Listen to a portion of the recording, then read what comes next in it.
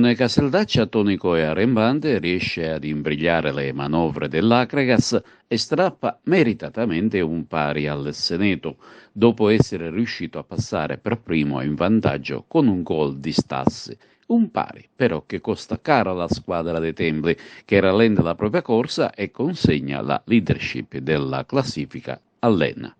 Una gara per certi versi strana che vede subito la squadra palermitana passare in vantaggio al primo minuto, approfittando di una dormita generale della difesa. Tra svirgolate e rinvii maldestri ne approfitta Stassi, che come un avvoltoio infila il portiere Elezai.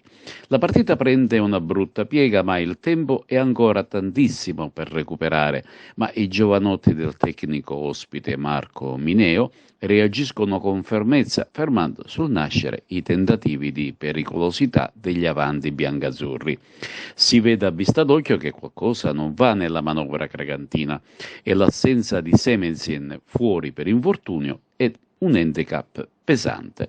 A parte la rete del vantaggio palermitano che abbiamo raccontato prima, il primo tempo è un continuo batti e ribatti, con l'Akragas che non riesce ad impegnare minimamente il portiere ospite di Paola. Il pubblico di casa spinge i propri beniamini, ma la squadra si rende pericolosa solamente sui calci piazzati e dalla bandierina. Il pari matura al 44esimo, sugli sviluppi di un calcio di punizione battuto da Garufo al centro dell'area avversaria. Salta più alto di tutti il solito Barrera, che di testa indirizza verso la porta, interviene Neri, che si interpone ed accompagna il pallone dentro il sacco. Un gol scacciacrisi che prelude ad un'inversione di tendenza, ma poi arriva alla fine dei primi 45 minuti. Nella seconda frazione il tecnico Nicolò Terranova effettua alcune sostituzioni, cerca di dare maggiore spinta in avanti con l'ingresso di Pavisic, ma non riesce nell'intento di scardinare l'attenta retroguardia granata. Passano i minuti, ma non succederà più nulla. Alla fine il pari esalta il Casteldaccia, che conquista un pari insperato ma onesto, mentre per l'Akragas inizia un nuovo percorso, quello dell'inseguimento all'ETA. Dunque da questa sera è l'Enna la nuova capolista dell'eccellenza Girone A. Approfitta del risicato pari interno dell'Akragas fermato al Seneto da un combattivo e volitivo Casteldaccia. Poi Neri pareggia il gol di Stassi e il risultato non si schioda più. L'Enna invece vince facile con il Cussi grazie alla doppietta di Cocimano e alla rete di Arcidiacono. Anche il Profavara non va oltre il pari con il Mazzara e perde una occasionissima per ridurre le distanze in classifica generale. Va bene allo Sciacca che invece passa a Marineo e conquista 3 punti importanti. Ma vediamo un po' quali sono stati i risultati di questa quarta giornata di ritorno. Parma Valle Nissa 0-4, Akragas Casteldaccia 1-1, Cus Palermo Enna 1-3, Gela e Don Carlo Misilmeri 1-1, Marineo Sciacca 1-2, Profavara Mazzara 2-2, Mazzarese e Leonfortese 0-1, mentre il Castellammare è stato battuto in casa da Resultana per 2-0. La classifica, almeno per i primi posti, vede ora in testa l'Enna con 47, in segue l'Akragas a 46, più sotto invece la Profavara con 39, Don Carlo Misilmera 2 punti con 37, mentre Mazzara e Unitas Sciacca adesso di punti ne hanno 33 e sono in piena zona playoff.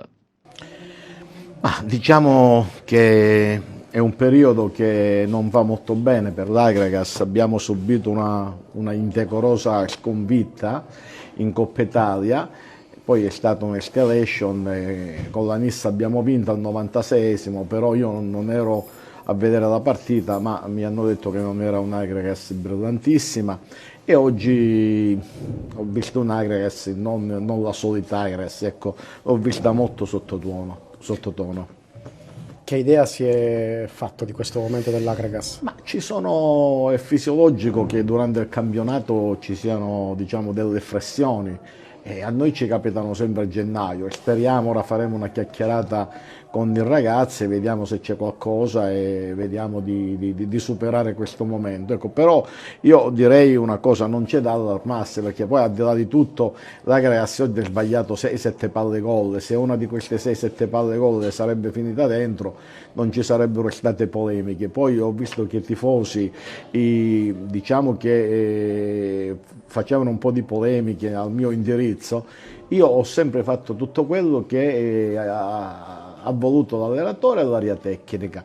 Se l'area tecnica mi chiedesse che c'è da intervenire in qualche parte della, diciamo, della squadra, noi siamo pronti ad accontentarlo. Oggi cosa l'ha delusa maggiormente?